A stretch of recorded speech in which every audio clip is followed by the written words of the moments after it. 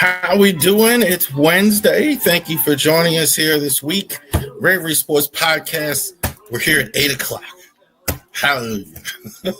Victory in itself right there. Thank you very much for joining us this evening here. We're here. We try to be here every Wednesday night at 8 o'clock. Thank you very much out there, all of you. Pushing for some numbers here. So we're trying to get to 1,000 subscribers here on our X page. We're at 800 and change.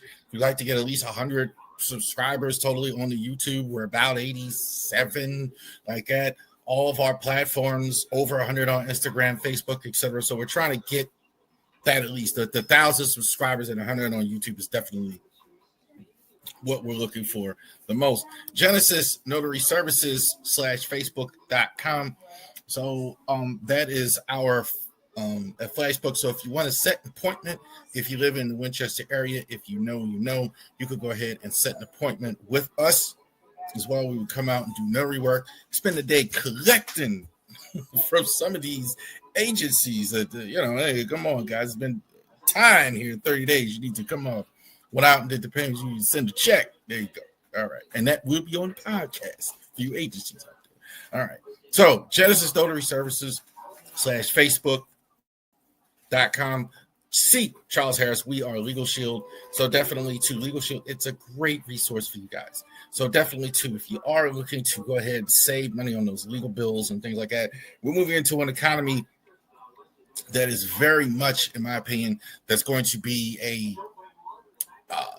self-employed economy. Like, you're going to have to be self-employed. A lot of people with jobs. So definitely like that. So a lot of you business owners out there, if you want to go ahead and get your business off the ground, Legal Shield can help you do that with your legal fees and the lawyers. And you're going to need that. Trust me, running a business, keep that in mind. Great resource. Just definitely check that out as well. And what we're calling nowadays our flagship, braverysports.company.site. So definitely check that out. And all of our fanatics, if you want Ravens and Orioles jerseys, Terps, whatever. We got Terps going on right now. I know some of you might be checking the Terps out right now as they're playing the Mount St. Mary's. They pretty much play every year too. They're halftime right now. So Mount and the Terps will go ahead and we'll talk about that a little bit later. But let's start with the ugly win on Sunday for your Baltimore Ravens. 23-16 Ravens over the Browns. Not a pretty win by any stretch. I thought they turned the ball over a lot. Obviously, they had a couple turnovers. Lamar had 2 picks. One of them was kind of fluky. We know the story of this game, right? The offensive line. That's what we're all talking about, the poor play, the offensive line as well. So how was Lamar on Sunday?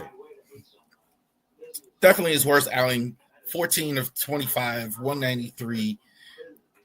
I don't think there's any doubt in my mind that Lamar's playing banged up.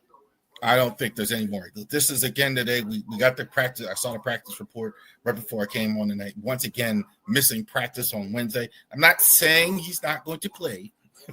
I didn't say that. But this is a pattern now. This is a couple weeks in a row. He's missing the Wednesday practice. I think they're trying to ease up on him in practice. He's trying to ease up in runs. There's definitely something with Lamar where he's banged up. He's playing through it. Obviously, he's good enough to play through it, but he's not 1,000% here as well. So a lot of guys are. It's football. I understand that. But that's clearly a thing with Lamar here as well. A little bit banged up here at the start. Here as we getting to the tail end of the season. Derrick Henry didn't look like he has the same burst, but he was good on Sunday. Obviously, Henry's problem is the run blocking has been terrible in a lot of ways. Derrick Henry, 18 to 103, 1 touchdown. They kept feeding him the ball, though. I think he broke a few runs. This is what you're going to get with Henry, though. This is why I don't understand sometimes when they give up on the run. I've kind of said it so many times, so I'm going to say it one more time here. John Harbaugh does not like bell cows. He does not like to give the ball to one guy 30 times, 20 times. He doesn't like doing that. He likes to spread it, the carries around. Now, there was no Justice Hill last week. Justice was at practice. He should play, we hope, he played because he was at practice today, along with Marlon Humphrey. Shout out to Marlon as well, who was at practice as well. But when you get a Henry enough carries, let's keep calling for it, he breaks one. Like he's going to break one. He's not. If you give him just 5-6, he's going to break one, and that's what happened on Sunday. Even despite all the pass rush and the rush and the poor play of the line, he was. I mean, he was really stood out. I thought Keith Mitchell was pretty good too. He had over 5 yards of carry as well. Zay Flowers growing right before us. 3 receptions, not a lot, but 78 yards. This guy is seeing the fit. You just see how he's reading defenses now with that great speed. It's not just everything 9 route, go down late, but no, he's going to soft spots in the zones. He's reading where Lamar's going to throw the ball. He's seeing, you can see it when he's doing it now. This is what's making him a top 15 receiver in the league. I think he's like 12th in receiving yards. This guy's fantastic.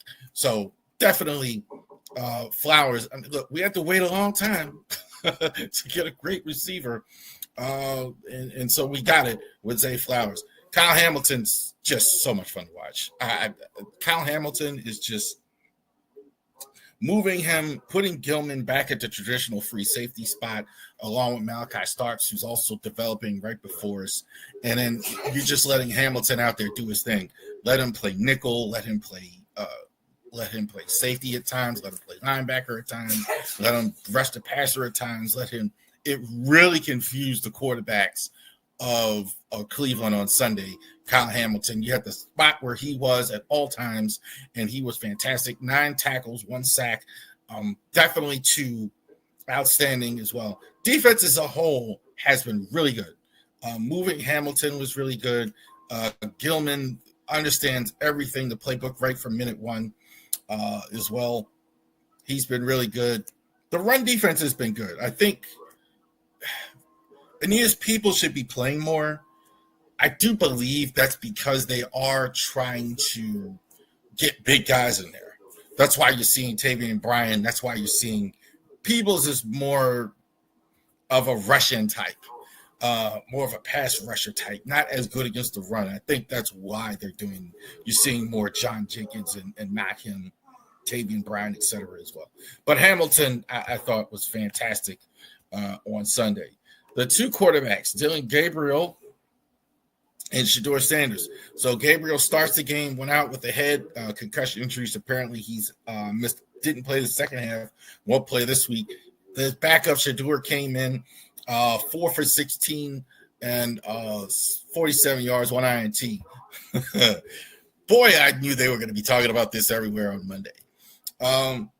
Gabriel first. I think Gabriel is a good NFL backup quarterback.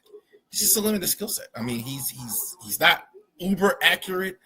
He's fairly accurate, but only in short passes. He really, I've seen a couple times downfield only if teams were playing it right, or because he throws so many short passes, teams come in. Then he could kind of chuck it downfield and get things passed. But that's just kind of what he is. He's a limited skill set. Shedeur, I really can't say much about Shedeur in that short period as well. 4 for 16. Hearing all week they haven't been playing him with the ones ever, or hadn't getting him any reps or whatever. They didn't want him there. I kind of said that on draft day. This is the owner pick. When they picked him, he wanted Dylan Gabriel for some reason because he's, I think, probably easier as a backup. I mean, I don't think he knows. I don't know if he sees either one of them a starter, but Dylan Gabriel, he kind of sees him as a backup, as a guy who can stay with the organization. With Shedeur, owner pick, so he didn't look prepared. He's going to have to look like that going forward this week. We'll see. I don't. He was terrible though. I mean, there's no question about it. But you're going to have to see how that goes. They was when they blitzed him, it was over. I mean, he couldn't. There wasn't much he could do. Quinshawn Jacobs was pretty good in this game, 17 for 59. I think he's probably their best offensive player as well, especially with Gabriel in the game. Basically, all he does is throw to running backs, tight ends, etc. So you got a Quinshawn Jenkins in there as well. Ravens did pretty good. Defense has been improving. Run defense has been improving, especially as well. You don't have, obviously, Matabuke. I don't know if you're going to have Braddock Washington at all this year. He's on IR. He should be eligible to come back pretty soon.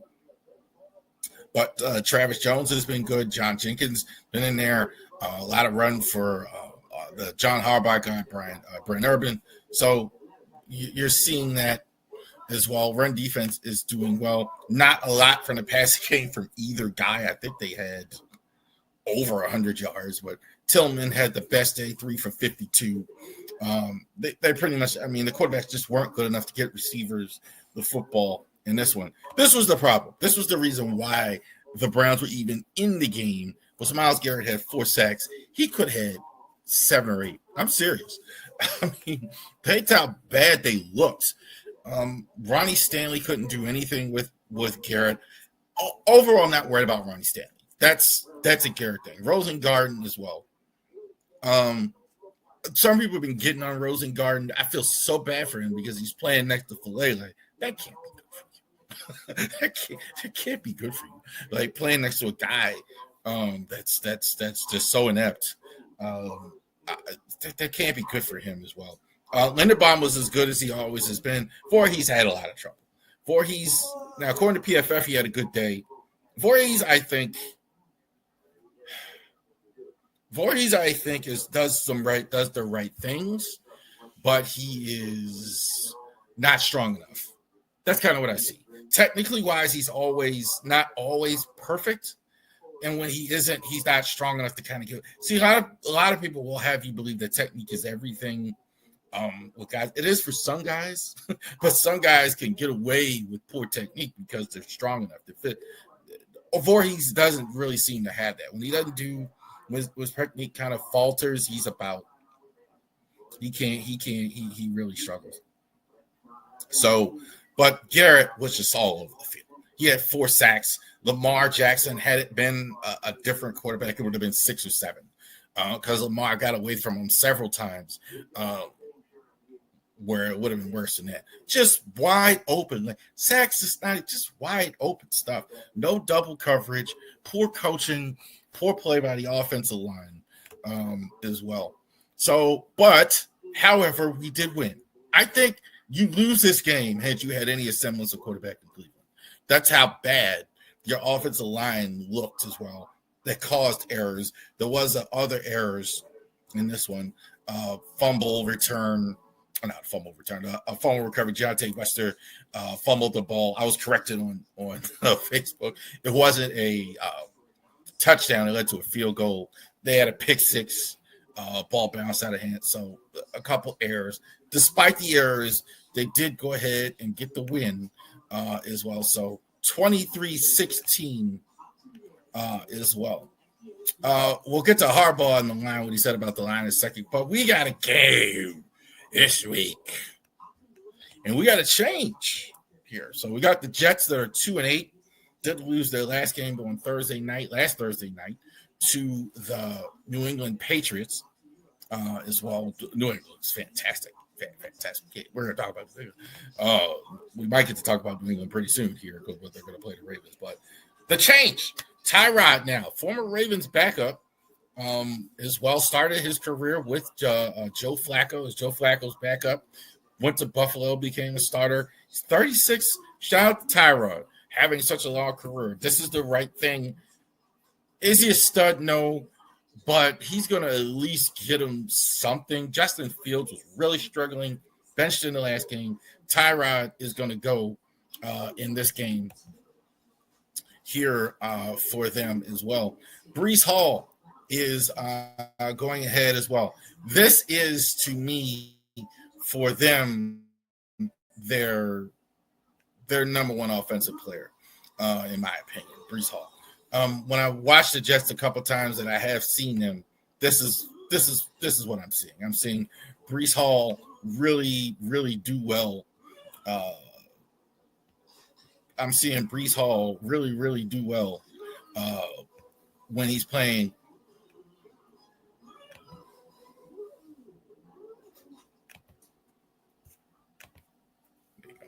So I'm seeing Breece Hall really play well. They are having trouble, I think, in a lot of areas, their offensive line. But I think Hall, he's never had a 1,000-yard season. I was actually surprised when I was researching that. So but he does 722, 5 2 touchdowns. He is going to be the focus as well. Did go ahead, had some changes at wide receiver. This is probably, I would think, they're much maligned. Adam Mitchell is probably the guy you want to give the most focus to as well. Should be able to control those receivers as well. Garrett Wilson is going to be out here for a few more weeks. So Mitchell, I think, kind of steps up to the number one role here as well. So be interesting to see how that plays out. And here, somebody we know, Brandon Stevens, also a guy, now probably the number one corner or number one defensive player, traded away Hot Sauce Gardner early in the season, traded away Quincy Williams. Brandon Stevens has been good for them this year. Stevens, I think, always has good coverage. I really do. I really have always liked his coverage. Now, the thing with him, he doesn't pick the ball off as well. That's the problem. He doesn't locate the ball well, so I think that's the issue. But he really can do some coverage. Not an elite guy like Surtain or McDuffie or anything like that, but he's pretty good, at least at man-to-man coverage as well. So look for the Ravens to go ahead and square that away. I do think Lamar is going to play despite him missing practice. But I do think we have to calibrate ourselves a little bit with Lamar because he is clearly banged up, I think, at this point, running less, looking downfield more. He's taking a lot of hits from the offensive line, which isn't helping, obviously, as well. But I think Lamar is going to play. Derrick Henry, not as good of a season he's having last season. I think, considering the circumstances, I'm just fine with Derrick Henry for the most part. 807 yards, 166. Clearly on his way to another 1,000-yard season. Could get 1,500 yards. I don't know if he won't get 2,000, 10 touchdowns, something like that. Derrick Henry showing up big time. Flowers, we already talked about. I mean, as far as him being one of the better receivers, I think, in the entire NFL. Shout out to Mark Andrews. Would be remiss taking over Derek Mason's record as the all-time leading receiver. So congratulations to Mark Andrews. Great career. It's been better lately down the stretch, too. Getting the ball in the red zone, getting that touchdown in the game last week off the spin direct snap. They've been practicing that. So getting the game winner last week. Roquan, 45 tackles. No problem now with Roquan. This looks like what we've been missing all season. Before that, he was obviously injured. Roquan looks healthier, playing healthier, looks like more of a leader on the field, got more dog in him. Not as many tackles. I'm seeing that, but definitely you can see his impact in the game as well. I think we're going to see maybe X Factor DeAndre Hopkins. Let's see it as well, more from DeAndre. Let's see now if they can use DeAndre more down the stretch as well. We know the offensive weapons are there, but DeAndre more down the stretch. Teddy Buchanan has been fantastic as well. So definitely, too. They're getting some stuff down from the rookies as we go. Malachi Starks, Tyler Luke, Teddy Buchanan, Mike Green. You're starting to get those contributions from the rookies. That's very important as well. So rather have had Justin Fields, frankly, but not so worried about the Jets here at the start. I think the Ravens, again, went handily as well. But the line, oh, boy. Let's get to the coach here.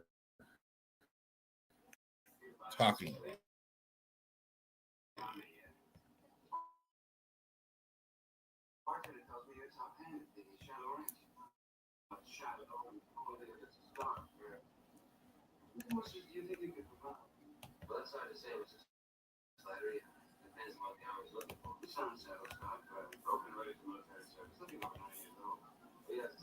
I'm going to share my screen here with you guys so we can go ahead and hear from Coach Harbaugh.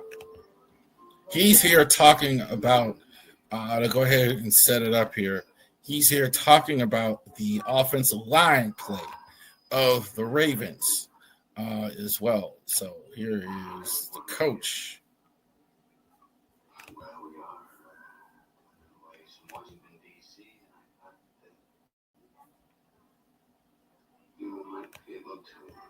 The best 5 players are the best of the guys, 5 guys who are playing the best. That's what you do. I mean, it's not even a hard answer, you know. So the question is pretty much, yeah, we're putting the best 5 players out there, and they're playing pretty darn good. Can they play better? Sure. You evaluate it play by play. Every single position, you evaluate it play for play for play for play. And some plays are great. Some plays are good. Some plays need to be better. You want them to be better, and you try to improve on them. So that's how it goes with every position. So, and there's always going to be areas where, you know, that from one game to the next can play better or whatever. So that's how it works.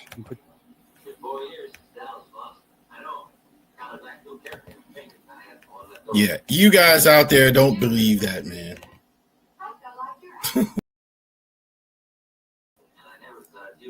I'm sorry. Yeah, do not believe that bologna sandwich from the head coach there. That is a grade A bologna sandwich. When I was a kid, you know, we didn't even get to eat the good bologna sandwiches. We got to eat the low grade. Sometimes the difference between Kool-Aid and if you have a drink of Kool-Aid, there's Kool-Aid and there was showing my age here, Flavor Aid, right? Flavor Aid was even cheaper than Kool-Aid was, like that. And there's bologna sandwiches. There was SK and all. No. You're going over there to generic stuff. That was a generic bologna sandwich from the coach. You've got to be kidding me. There's no way he believes that. No way he believes that. No way in the world he likes what he's seeing out there from those guys. No chance of that. I think it's way past time, obviously, to make the change. But he must believe that there's nothing there.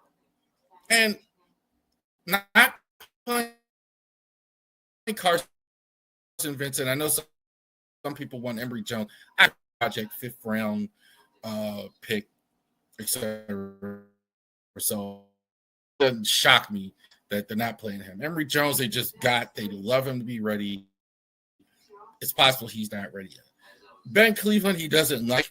For whatever reason, he's not playing Ben Cleveland. Bullock hasn't seen. I almost forgot Bullock was on the team, but Bullock hasn't seen the field. I don't think any, like very, very little as well. And Noteboom is in the doghouse, so you can bench him, but you're going to leave Flailing out there. Lamar's going to get hurt. I think if this continues, there's no way. I mean, this is just not even playable. I don't know. I don't know what else to say at this point. What all of us can say. I would say this. All I've seen this week, and I kind of noticed this last year, but the fans kind of like, I don't know why you guys aren't noticing this. Everybody notices this now. So if we're doing that as fans, I'm sure the Jets are doing it, the Patriots are doing it, the Steelers are doing it, the Bengals, etc. They all can see how bad the line is, especially right guard. Left guard is really strong. Voorhees has really struggled as well. I think there's some hope there, a little bit. But he doesn't look like a starter either. So I'm with you, all you guys in there, all you fans that are thinking that this is lousy, because I agree 10,000% with that. This is crazy. Big five biggest games on the schedule that are not Ravens games. So let's go over it as well. The NFL, week 12. So definitely we had a pretty good slate of games there last week. Except we're going on as well. Put up my notes here.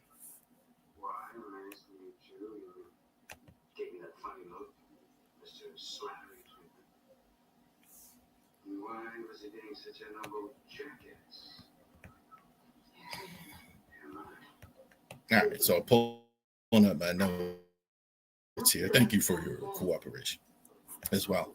Bucks and the Bills. So the Bills survive. I think Bills 44. They're going to score points. Bucks defense I worry about a little bit now. This is a couple times now.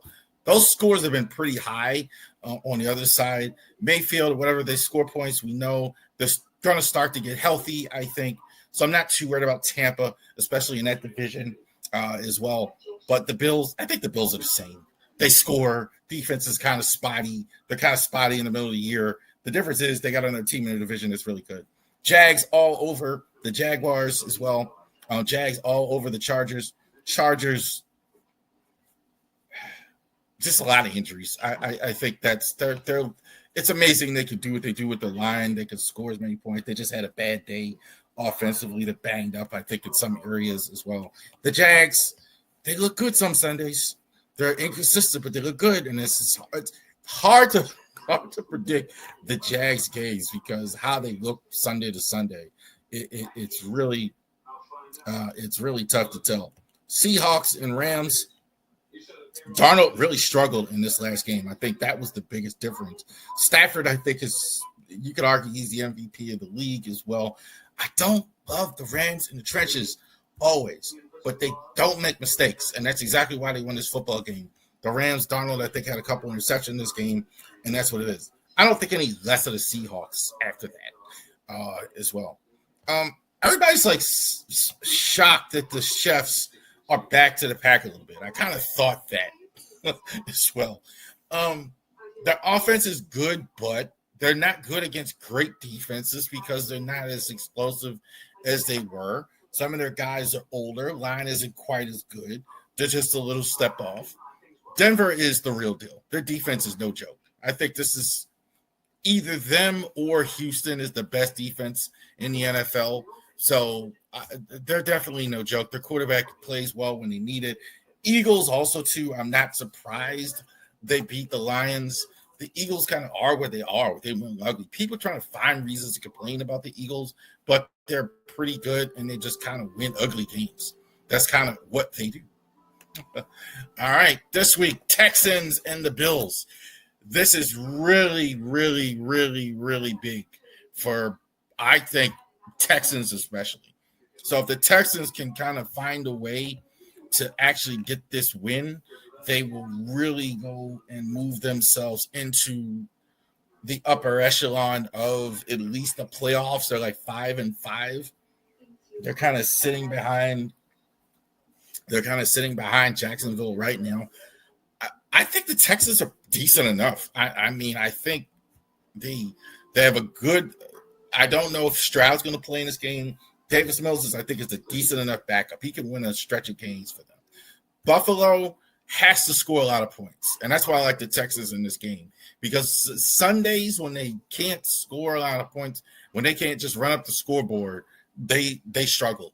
And I think with this defense that they have, with Will Anderson and Stingley and all these guys, I think they are going to struggle a bit. So that's why I like the Texans in this game, even if they don't have Stroud as well. I do think their offense is good enough to kind of like Denver, good enough. Not great, but good enough.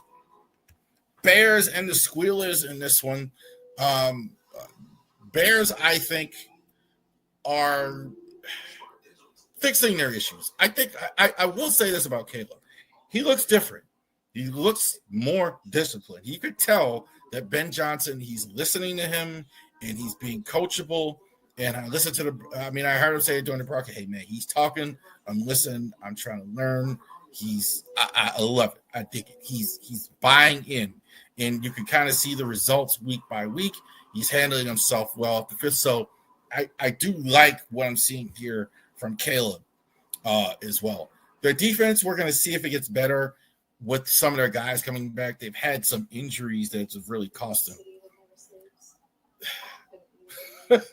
The Steelers, I got no idea. I mean, I don't know if Aaron's playing.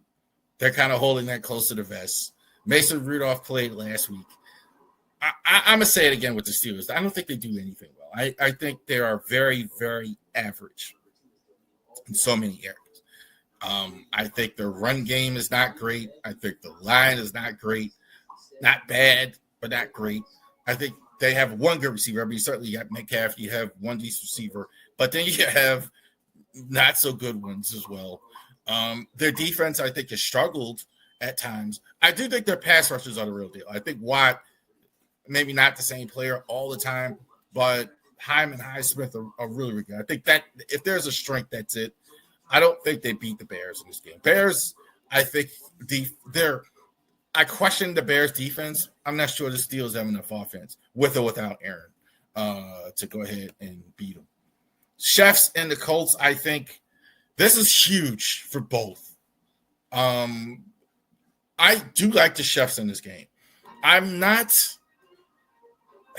can't do it with the Colts, man. I think Jones is kind of looking like kind of coming back to earth a bit, and that's not going to work. I would say this. The Chefs' defense isn't what it was, and I think this will be a big test for them, but I do like them in Arrowhead. I do think they have a good home field advantage. The Colts, they did lose in Pittsburgh. They have not been nearly as good on the road, and this is going to be a tough game, so I do like the Chefs in this one as well. Bucks and Rams, so we want to fire at Warren Sapp, Kurt Warner, et cetera, all those guys in this one. Bucks are I'm still kind of believing in the Bucks. I still don't think they win this game because I think the Rams are really rolling. The Rams are Stafford, Adams, Puka Nacua. I think they're really running. Their defense, I think, is pretty good too. They're not as physical as I like to see them. That's the only kind of criticism I have of the Rams. But they're really good. They may be the best team in the NFC as well with a Super Bowl quarterback. I think the Rams. And here's one here we didn't think we'd have. So the Panthers and the 49ers as well. Panthers are winning. Somebody noticed it. I think they Bryce Young, I think, had the best game of his career. I think there was even talk of maybe benching Young, but he went out. He goes out and gets 440 yards in the last game. So forget that. He was really solid. The offense isn't half bad. It's not explosive or anything like that, but it's not half bad. The Niners defense, we know, is a miracle that the Robert Saleh is getting what he's getting as well. Brock Purdy is back. That's why I think they win. I do not think it's close between Brock Purdy and Matt Jones. I think Kyle Shanahan can make anything look good. So I think that was a lot of it. So I do think 49ers at home over the Panthers who have been hella scrappy, though, like all season long. So there you go. Big five biggest games on the schedule that are not.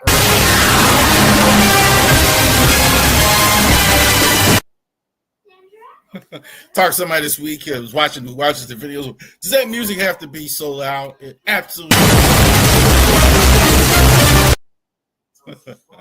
So there you go. Big five biggest games on the schedule for the NFL. College football, we're going to talk about the Terps here because we got news here. We got baseball news and all that, etc. Big week. Maryland and Illinois. Let's talk about that. Is here because that's for me always the most important business what goes on the field. So Maryland and Illinois last week, Maryland loses again, just flat out gashed on the ground again. They are not good enough in football issues that are important in football in terms of that. Run the ball, stop the run. The Terps aren't doing either one. They're just not doing either one very well. What was it? 225 on the ground. I think Illinois had Luke Altmaier who's a decent quarterback, solid quarterback, not going to the NFL or anything like that, but a good solid college quarterback as well. But the Terps run game 55 yards. This is not getting anything on the ground. They're getting some drives and moving the football, but they're not getting in the end zone. Malik Washington threw the ball 46 times. That's way too many as well. They don't finish drives. Too many drops as well in the pass game. Shalik Knotts, who's been really good, too many drops as well on this one. You're not helping your quarterback as well. You're not running the ball. You're not playing run defense. They're getting interceptions. I mean, there's no question about it. I mean, they're doing that every week. They're like third, I think, or second in all college football interceptions. So they're doing that, but they're not. You got to finish as well. Now, obviously, the other business, Mike Locksley has been giving the vote of confidence. A letter I saw on Twitter, I said, on Sunday, I even commented in there and said, man, I'm surprised he didn't turn the comment section off. Like Jim Smith, I like that. Put his name on it. Guts, let it kind of go. So Mike Locksley is going to be the official coach 2025-26, giving the confidence from the ED, from the team. I suspect that I kind of want to believe they were interested in James Franklin. And I do think that's probably right. But I think it was pretty much done. He was going to Virginia Tech, and he actually did go with Virginia Tech. So I think that might have been a name had he been interested in them that would have moved the needle. And they don't want to play this buyout. They don't want to pay this buyout. Then the Kevin Willard, I think, factors in as well. Kevin Willard, they just did this. They just had a coaching change, whatever. So they want to keep stability here as well. Locksley has not been good against the Big Ten, period. It's just no other way to slice that. You went once you get to teams in November, December in these games, October, November, December when these games really matter, you can't get it done. You can only get it done against teams with issues, whatever. But when you're playing the Michigans, the Penn States, the Ohio States, then in more recent years, the Indiana, you're not getting it done. And so I understand why the fans are upset and frustrated, and you want to do a little bit more. And you're getting Locksley back next year. I don't know if it'll change. He's done some good things. I do want to say that. I don't want to be disingenuous to say, well, he hasn't done anything. Done some good things, but he's back. And we got a game this week we're going to talk about here as well. This is the type of team that you're having trouble beating, the Michigan Wolverines that are coming up on Saturday. I think these are the two best freshman quarterbacks in the Big Ten, two of the best, I think, in the entire country. True freshmen. Bryce Underwood, ballyhoo quarterback, 1951, I'm sorry, as far as total yards. True freshman, 7 TDs, 5 interceptions, runs a lot. So his rush yards you got to factor in. So I think like when you're looking at that, it's going to be a thing where he's going to run the football a lot. They're going to throw. They don't have great receivers, in my opinion, but the physicality is there. Like, I know Jim Harbaugh is gone, but Sharon Moore, the head coach of the Wolverines, definitely has a team with physicality. They don't have explosiveness, out-and-out explosiveness, but they definitely have physicality. Justice Haynes, definitely a top 5 guy going into possibly the NFL top 5 running back list, rather not top 5 overall. But Justice Haynes, 121, 857, 10 TDs, clearly one of the best running backs in the country. They're going to go ahead and use him a lot. He's going to run a lot of football for them. This is going to be the guy, the bell cow. You're going to see him most. You're going to see a lot of Bryce Underwood running, a lot of Justice Haynes running as well. Their best receiver is Andrew Marsh. 37, had a big day last week. 37 receptions, 565, 2 TDs. They don't throw the ball a lot. So I don't expect them 45 passes like we saw with Malik Washington or anything like that. So they don't throw the ball a lot, but they do throw the ball. They do throw the ball some. When they are going to throw it, they are going to go ahead and look to Andrew Marsh to go ahead and get stuff done. Rod Moore, I think, is one of the better safeties in the entire college football as well. 1 INT this year, lots of tackles. He's definitely, I think, the leader out there making all the calls. Again, physicality with him. You see him hit people. It matters. Really like this. This is a typical Michigan Wolverines team actually being physical. Malik Washington, INT total is going up. He's had more picks, a little bit better from him. I think I still think he should be audibling more, but at least he's running more. He's checking off those runs. He's doing his on runs. I would like to see him. This is kind of also to transfer portal with guys. There should be, like, for instance, and what I mean when I say that is there should be somebody there telling him to do that on the team. Like, for instance, if Roman Hemby was still on the team, somebody should be telling him, hey, man, you got to check off this stuff. You got to, like, this and blank the coach and da-da-da-da. You know, that he's kind of like, again, he's being too congenial. He's, instead of listening to the coach, they're throwing these pass fronts all the time. And he's throwing 46 times. So I'd like to see more run. Look, run is non-existent. This is your best one, DeJuan Williams, true freshman. I think the future's there for him. Interesting to see how he does going forward, but not great. The group of receivers has struggled. This is their best one, Salika Knock. He's good at times. He's still dropping way too many passes, I think, in end zone and crucial situations as well. He's definitely, to me, the most. You could say Jaleel Farouk is more explosive, but Knox, I think, is better, more explosive in a more traditional offense and a more flow of the game, where Farouk is more just a burner. The flat-out burner, the flat-out Tyreek Hill type, et cetera, like that. Where Knox is better, like, in the flow of the game, in the flow of route running and all that other stuff. Jalen Husky got another interception last week. That makes 4. The Terps are one of the best teams as far as taking the ball away in college football with 18 interceptions as well. They're definitely going to be looking for Bryce Underwood to actually throw the football. I think they're going to get a lot of run game. No bowl this year, guys. So I think Michigan kind of blows them out in this one.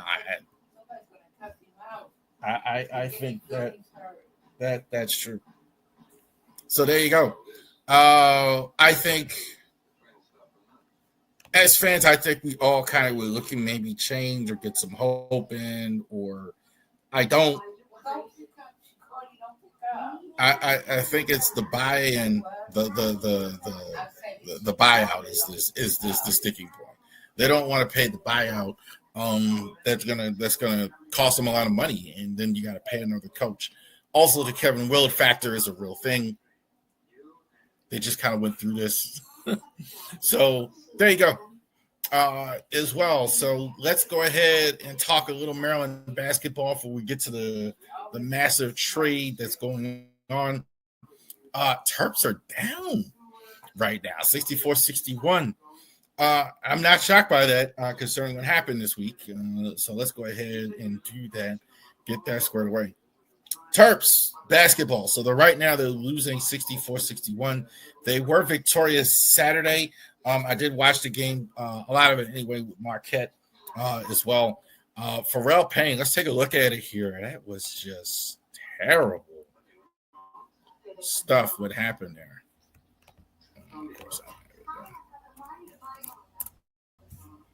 But Pharrell Payne, for those of you that didn't see it, and I want you guys to use discretion, but it really looked bad when he hurt his ankle in this game. So he was going up, did a dunk, came down, and when he came down, it looked like he just snapped his ankle in half. I mean, that looked terrible as well. Now, I did listen to the Fan where they were going to have Bus Williams. I made a point of listening to it since I was there the other day, because I was actually home on. I think it was home early. I think I left early. Yeah, I was actually home to listen to it. It was like 10 a.m. And I did make a point of listening to that, and it was interesting there that he didn't mention it. So Buzz Williams made a point of not really mentioning when he was asked by Bob Haney, hey, I make a point of it not to say anything, blah, blah, blah, about injuries. I don't like to talk about that, et cetera. Blah, blah, blah. So he made a point not to talk about it. So I had heard through the rumor that he was going to be fine, apparently. because he was at a girls' game, he was at a women's basketball game on campus. He was in there tonight actually shooting before the game. He didn't play, but it actually is better than what we hoped in a lot of ways. But this looked terrible here. So let's go ahead and show this video here. Just be careful. Just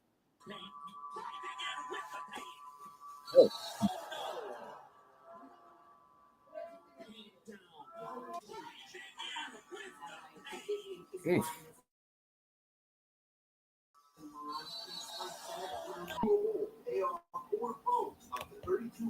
Yeah, so that's how that looked. I mean, it looked like he broke his leg, but apparently he's not broke. Even though he didn't say anything, he didn't play tonight. But it doesn't look like as bad as it looked. He did go straight to the hospital. It wasn't career season ending, so apparently to Pharrell Payne as well as he gets through that. Terps did beat Marquette. Marquette is pretty good. Shaka Smart's team is very good. Not as good as they were last year, but the Terps really shot the ball well. That's the key. So when they shoot the ball well, they shot the ball very poorly against Georgetown, but they shot the ball well in this one as well. So, but they're losing tonight. And it doesn't surprise me, only because Pharrell Payne is so much a big part of what they do. We will keep you updated there on that. Big stuff that has happened here. Why don't you want to switch? There you go. So, last night, right after my, I was on the driving to the top last night, the open mic. Grayson Rodriguez was traded to the California Angels. I guess still call them California Angels for outfielder Taylor Ward. So, Grayson now goes to the Angels, and he will definitely be a part of their rotation going forward. Grayson was 13-6, I think, the last time he pitched. That was in July of 2024. So the last time we had Grayson on the mound. He didn't pitch at all last year. It was a huge mystery what was going on with Grayson. So it was very, very strange what happened. Taylor, so I want to talk about Taylor Ward, too, for a second. Taylor Ward, I think, is what I heard it said that he is going to be what we're hoping Tyler O'Neill was for them. So I think him bringing him in kind of says something about what's the state of Tyler O'Neill as well. It's going to be a lesser role with the team. That's obvious. This guy had 36 home runs, 100 RBIs. Why did the Angels want to trade him? Average is only like 220, and he's free after this year. That's probably the one thing I don't like about it, because he's going to be gone probably after this year. You're going to have to really bid. If he has a good year, I don't love that always. I don't know why. Because if a guy comes in and he does well, then you can't keep him, right? And then if he doesn't do well, then I think there's the upside. Okay, well, it didn't work out. Blah, blah, blah. So, yeah, but getting what they're getting, I would say, for a guy that I think by all rumor that he didn't want to be here. Something weird was happening with Grayson last year. He had the issue with the lat. He's had the issue consistently throughout his career with the lat, but he didn't really pitch at all. He wasn't really in rehab like he was supposed to. They didn't do Tommy John that I'm aware of. They say he should be ready by spring training. He's had injury issues his whole career. So you're getting something back. You're getting a really good player back, considering for a guy that didn't help you at all and possibly didn't want to be here. So I think that's not bad at all. The sad part is, and I do understand, I've seen this a couple times, you haven't developed a pitcher, Michael Elias. You haven't. You haven't developed any pitching at all since you've been here. We were waiting for DL Hall and Grayson to get here. DL Hall's been gone with a trade. Grayson's gone with a trade, partly because of injuries, and you haven't developed any pitching. So for sure, you're going to be looking for pitching. I got to be now.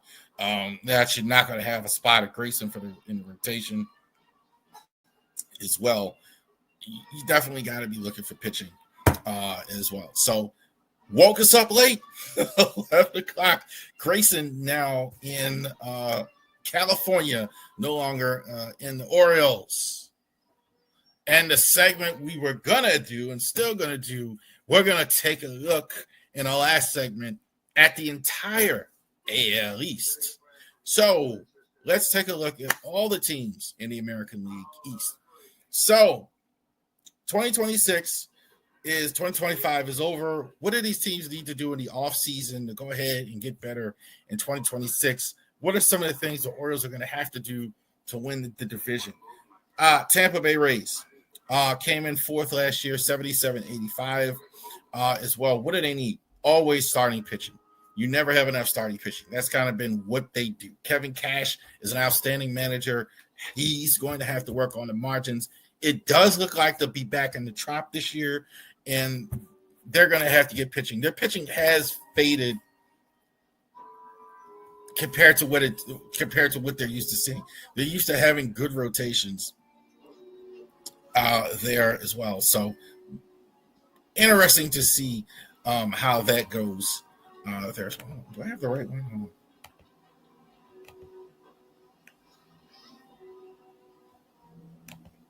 Give me 1 second.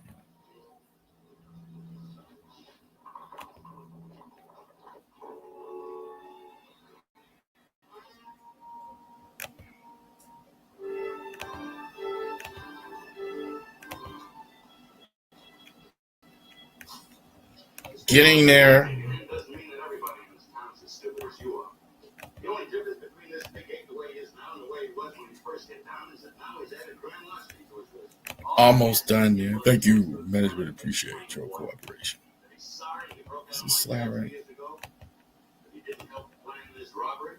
And know from the very beginning, Mr. Benedict was going to turn out to be a solo singer dressed up like that. That's the truth. I didn't know. I suppose you didn't know this. Okay, that's right. All right, so starting pitching, etc. That's what they need. They always need pitching. Their offense is actually better than what people think it is. So I think they do have some guys there as well. I think the bottom of the graphic, I don't think is right. I don't think Diaz and McClain.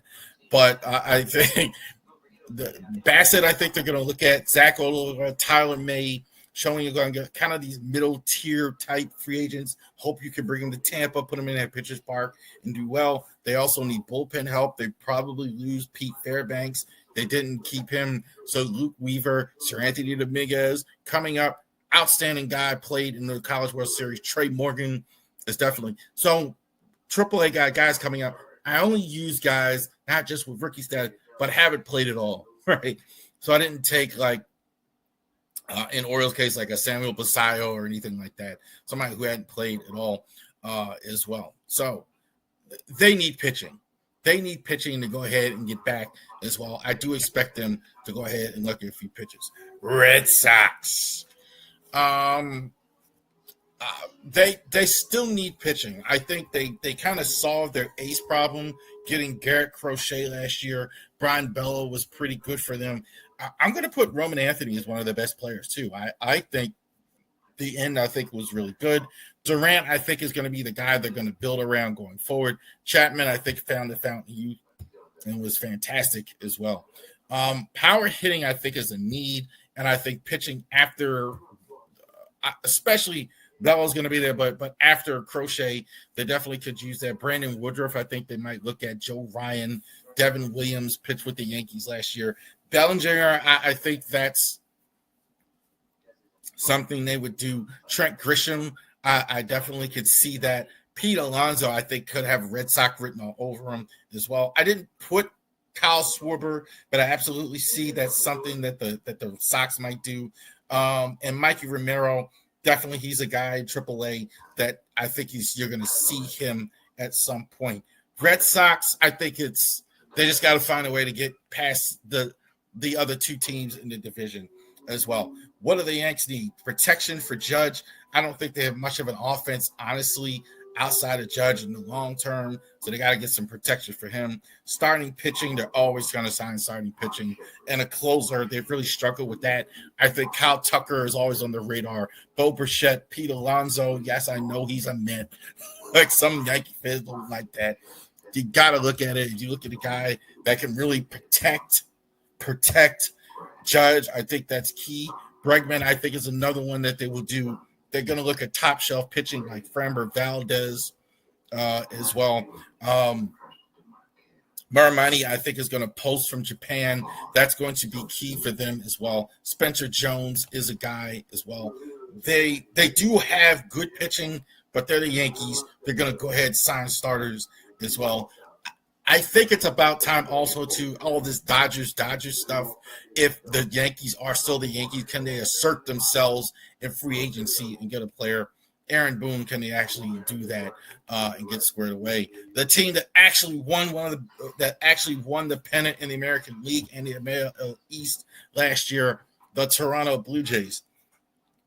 I don't want to say they were fluky. I'm having a hard time thinking they're going to repeat that because they were so good last year. So many things went right for them. The big thing for them is, are you going to re-sign Bichette, who's a free agent? He's going to have a lot of interest. It's going to cost you a lot of money. I don't love the Bichette only because of his previous history. He gets hurt a lot. So he's had a lot of seasons where he's been hurt. So it'll be interesting to see. But that's so key for them. Are you going to re-sign Bichette? Are you going to try and run it back as well? The bullpen, we know, is an issue for sure. They're looking for a closer. Hoffman, I think, was a bit of a roller coaster ride. Really good at times. Maybe not others. They're definitely looking. I think they'll absolutely look at that. The starting pitching, I think, well, upgrades possibly. Tucker, I think they're definitely more of a long shot, but I think they're in on it. I think Iglesias, I think, is definitely on the radar. And Diaz, I definitely think that closer is definitely something they're looking at. Bregman, I think they'll take a look. Pete Fairbanks is definitely another closer they're doing. Bellinger, I could absolutely see a one-year deal if he wants to see there. Tianeman hasn't really premiered yet, didn't pitch last year. It's a good pitching prospect for them. John Snyder is fantastic in the managers in the playoffs. And what do we need? You definitely need starting pitching now that you traded away Grayson. Your closer, you don't have any. Outfield, you did make a trade yesterday, Taylor Ward, so good job. So I think you could take Tucker and all that off the board. Schwarber, I love it if he was to come here, I think that would be good. Cease, I think, is a real thing. I'm saying that. They've been circling each other way too long for that not to be a strong consideration. Michael King, I think, also too is a fallback as well. Ranger, Suarez, and Diaz, I think they'll look at. Fairbanks, I think, is more in play for the Orioles. I think that's for real. I think that's a guy, it won't be too expensive as well, and they'll definitely look at a guy like that.